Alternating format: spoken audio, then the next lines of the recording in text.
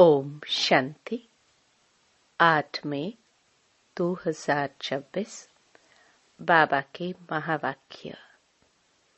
मीठे बच्चे, अभी तुम शूद्र घराने से निकल ब्राह्मण घराने में आए हो।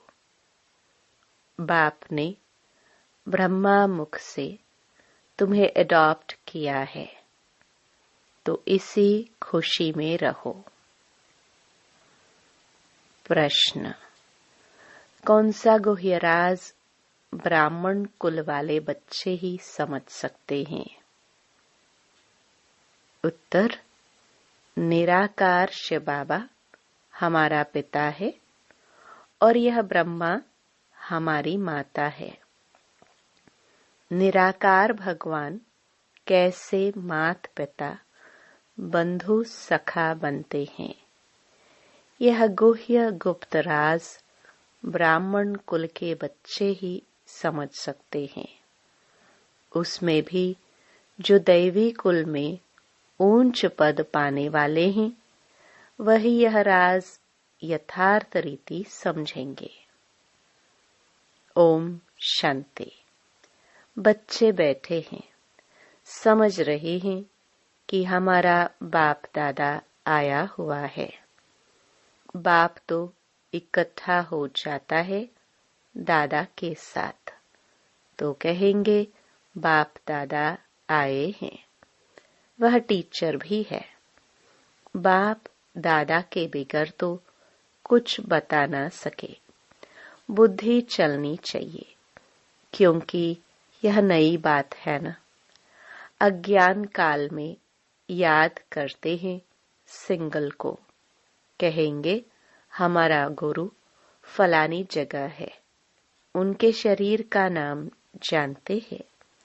हमारा बाबा हमारी माँ फलानी जगह है, उनका नाम रूप सब कुछ है। मनुष्यों ने फिर शॉर्ट में लिख दिया है। मनुष्यों ने जो बनाया है उनमें कुछ न कुछ रॉन्ग है। भल गायन है, त्वमेव माताश्च पिता, यह एक के लिए ही गाया जाता है, ब्रह्मा के लिए भी नहीं गाया जाता है।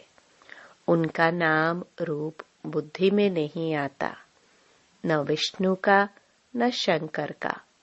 गाते तो हैं तुम मात पिता हम बालक तेरे, तो भी बुद्धि ऊपर में जाएगी। श्री कृष्ण को याद कोई कर न सके, याद फिर भी निराकार को ही करेंगे।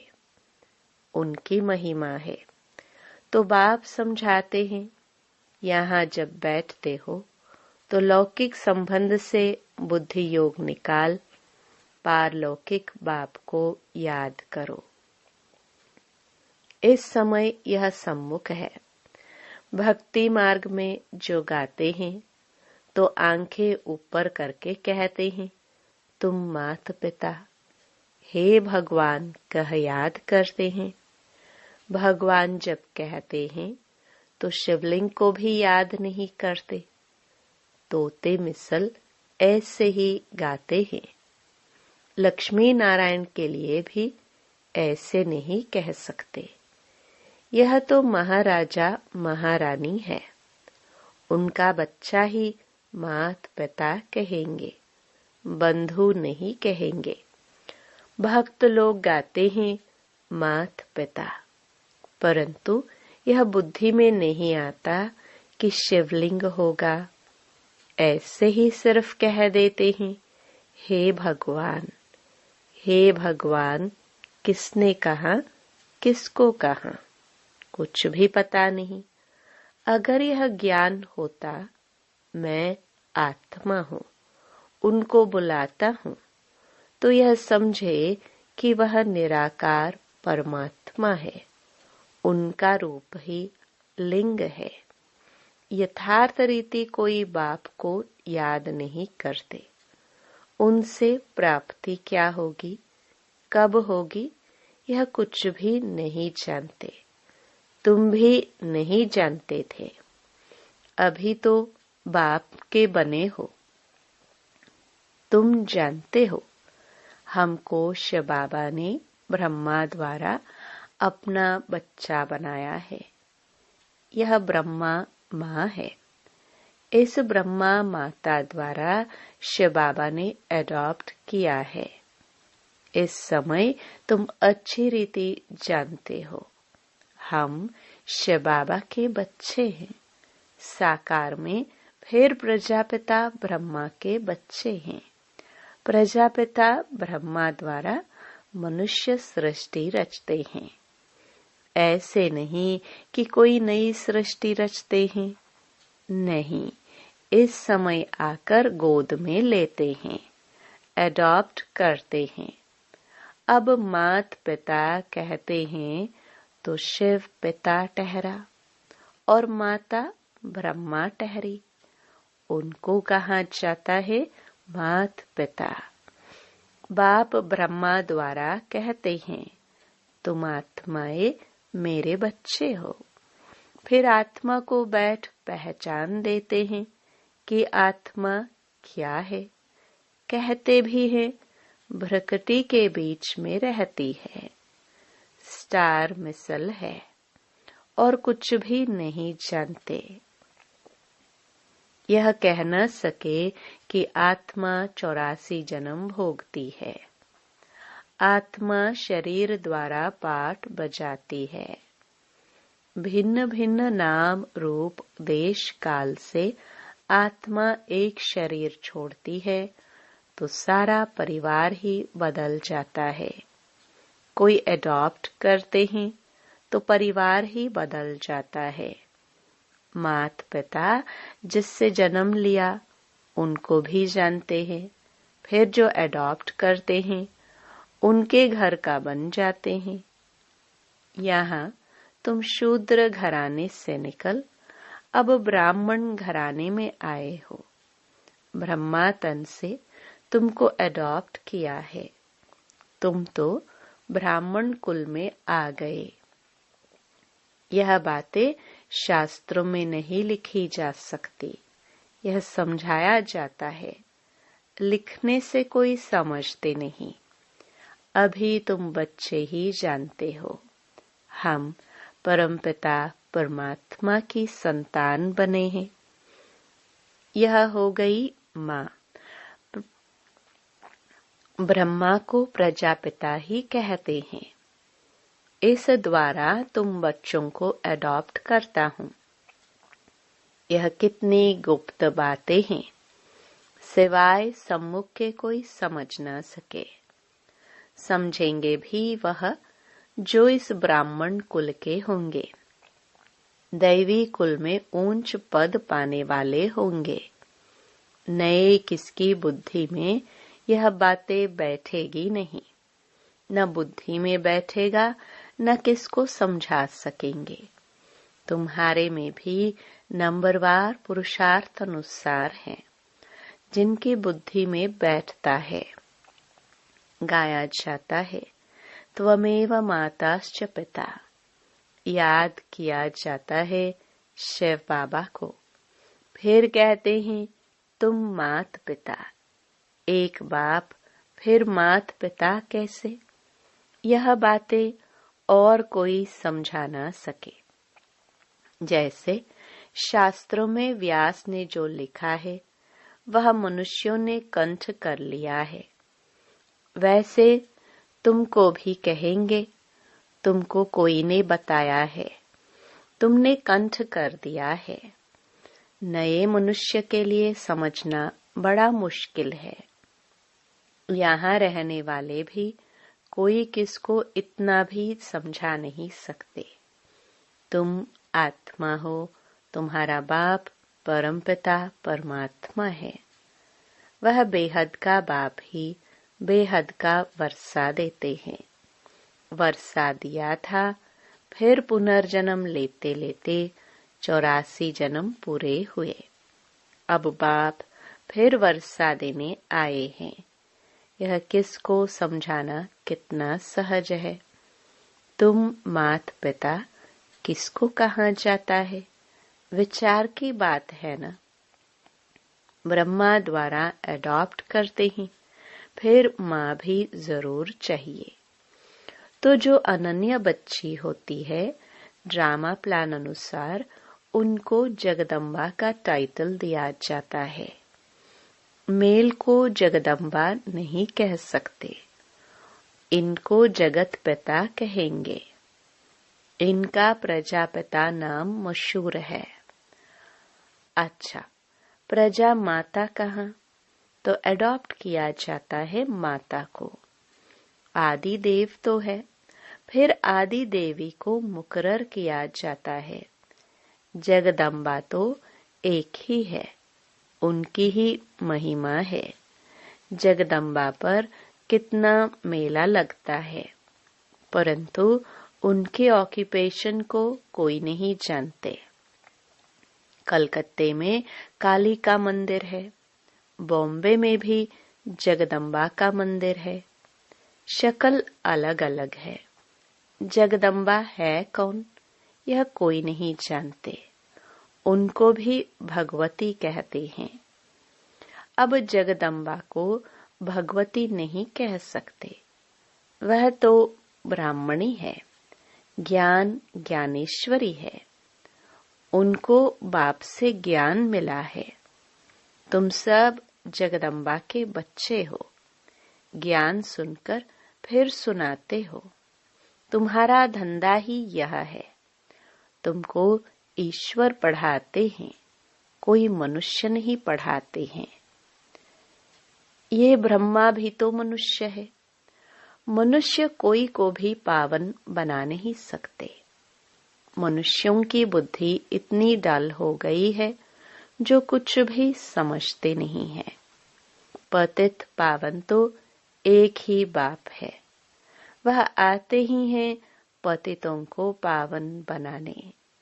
ये सारी दुनिया तमो प्रधान है, सब पतित हैं। नई दुनिया पावन, पुरानी दुनिया पतित। पुरानी दुनिया में है नरकवासी, नई दुनिया में है स्वर्गवासी। बुद्धि भी कहती है सतयुग में सिर्फ भारतवासी देवी देवताएं होंगे और कोई नहीं थे। अभी तुम बच्चों को यह ज्ञान मिला है। नई दुनिया में पहले सूर्यवंशी देवता थे, फिर चंद्रवंशी हुए, तो सूर्यवंशी पास्ट हो गए। चंद्रवंशी के बाद फिर वैश्यवंशी आते हैं। बरोबर लक्ष्मी नारायण का राज्य था। अच्छा, उनके आगे क्या था, यह कोई समझ ना सके। तुम बच्चों को बाप ने चक्र का राज समझाया है। द्वापर में है वैश्यवंशी, कलयुग में होते हैं शूद्रवंशी। अभी तुम जानते हो हम ब्राह्मण बने हैं। तुमको बाप ने अपना बनाया है, अर्थात शूद्र धर्म से देवता धर्म में ट्रांसफर किया है। अब सूर्यवंशी चंद्रवंशी तो है नहीं। न लक्ष्मी नारायण का राज्य है, न राम राज्य है। अब है कलयुग का अंत। कलयुग के बाद जरूर सतयुग आएगा। कलयुग में यह पुरानी दुनिया पतित दुनिया है, महान दुखी है। इसलिए देवताओं की जाकर महिमा गाते हैं, माथा टेकते हैं। अच्छा, लक्ष्मी नारायण को यह राज्य किसने दिया? कोई है जो बता सके? कोई के भी ख्याल में नहीं होगा, क्योंकि बुद्धि में है कलयुग अभी बच्चा है। 40,000 वर्ष पड़े हैं, इसलिए यह ख्याल आते ही नहीं। अभी तुमको यह ख्याल आता है। कई बच्चे कहते हैं हमें याद नहीं रहती। क्यों नहीं रहती? क्योंकि सवेरे सवेरे उठकर याद में बैठकर धारणा नहीं करते। समझते भी है, फिर किसको समझा नहीं सकते। यह तो जरूर होगा सब एक रस तो समझदार बन न सके। समझदार भी चाहिए, बेसमझ भी चाहिए। बहुत समझदार तो जाकर राजा रानी बनेंगे। जितना जितना जो जास्ती समझते और समझाते हैं उनका नाम बाला होता है। प्रदर्शनियां होती है तो लिखते हैं बाबा फलानी को भेज दो। तो क्या तुम नहीं समझा सकते हो? बाबा उनकी प्रैक्टिस जास्ती है, हम थोड़े कच्चे हैं। बाबा खुद भी कहते हैं कहाँ से भी निमंत्रण मिलता है तो लिख कर भेजो, कौन कौन है, तो हम देखेंगे किस किस को भेजना चाहिए। सन्यासी भी उस निमंत्रण पर है क्या? फिर बहुत अच्छी ब्रह्मा कुमारी को भेजना होगा। अच्छा कुमार का है, मनोहर है, गंगे है, इसमें से किसको भी भेज दो। बच्चे तो ढेर है, जगदीश को भेज दो, रमेश को भेज दो। तुम भी समझते हो, एक दो से होशियार है। जैसे जज मैजिस्ट्रेट होते हैं, एक दो से होशियार होते हैं। गवर्नमेंट जानती है, एक दो से होशियार है, तब तो केस एक दो से ऊपर जाते हैं। फिर हाई कोर्ट में जाओ, फिर उनसे ऊपर। उसने भी जजमेंट ठीक न दी तो फिर उससे ऊपर जाएंगे। इनके ऊपर तुम रहम करो। अब यह सब बातें यहाँ होती है, सतयुग त्रेता में होती नहीं। फिर द्वापर में राजा रानी का राज्य होता है। वहां तो महाराजा महारानी ही केस संभालते हैं। केस होंगे भी थोड़े। अभी तो तमो प्रधान पतित है ना, तो बादशाह के पास केस जाएगा तो थोड़ी सजा दे देते हैं। कड़ी भूल होगी तो कड़ी सजा देंगे। यहाँ तो कितने जज वकील ढेर है। इतना कारोबार में फर्क है। सतयुग में क्या होता है यह किसको पता नहीं। अब बाप ने समझाया है, कोई से भी पूछो। इन लक्ष्मी नारायण को जानते हो? जैसे बिरला है, बहुत मंदिर बनाते रहते हैं, तो कोई अच्छा बच्चा हो उनको चिट्ठी लिखे, तुम लक्ष्मी नारायण के मंदिर तो बहुत बनवाते हो, इन्हों को यह राजधानी कैसे मिली? जबकि सतयुग से पहले कलयुग था। कलयुग में तो कुछ है नहीं। देवताओं ने तो कोई से लड़ाई की नहीं होगी। लड़ाई से कोई विश्व के मालिक बन नहीं सकते। विश्व के मालिक जो थे उन्हों के यह लक्ष्मी नारायण के चित्र रखे हुए हैं। अभी तो है कलयुग, यहाँ लड़ाई चलती है हथियारों की। बाप ने समझाया है, क्रिश्चियन धर्म वाले ही आपस में मिल जाए, आपस में प्रीत रखे तो विश्व के मालिक बन सकते हैं। परंतु विश्व के मालिक तो लक्ष्मी नारायण ही बनते हैं। बुद्धि कहती है यह आपस में मिल जाए तो मालिक बन सकते हैं, परंतु सतयुग के किंग क्वीन तो कोई बन न सके। ड्रामा ही ऐसा बना हुआ है। अभी हम फिर से योग बल से स्वर्ग का वर्षा ले रहे हैं। तुम बता सकते हो, कल्प पहले भी संगम पर बाप से पद पाया है। 84 जन्म पूरे हुए, फिर से वर्षा ले रहे हैं। अच्छा, मीठे मीठे सिखिलदे बच्चों प्रति माता पिता बाप दादा का याद प्यार और गुड मॉर्निंग। रूहानी बाप की रूहानी बच्चों को नमस्ते। धारणा के लिए मुख्य सार। पहला, स्वयं में धारणा करने और दूसरों को कराने के लिए सवेरे सवेरे उठकर बाप की याद में बैठना है। जो समझा है उसे दूसरों को समझाने की प्रैक्टिस करनी है। दूसरा, लौकिक संबंधों से बुद्धि योग निकाल एक बार लौकिक बाप को याद करना है। बाप से जो ज्ञान मिला है वह सुनकर सबको सुनाना है। यही तुम्हारा धंधा है।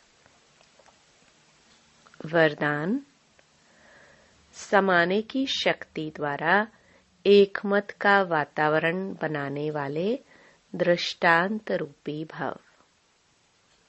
जो एक जैसे मन के हैं, एक की ही लगन और एक रस स्थिति में स्थित, एक की मत पर चलने वाले हैं। आपस में संकल्पों में भी एक मत है। वही माला में पिरोए जाते हैं। लेकिन एक मत का वातावरण तब बनेगा जब समाने की शक्ति होगी।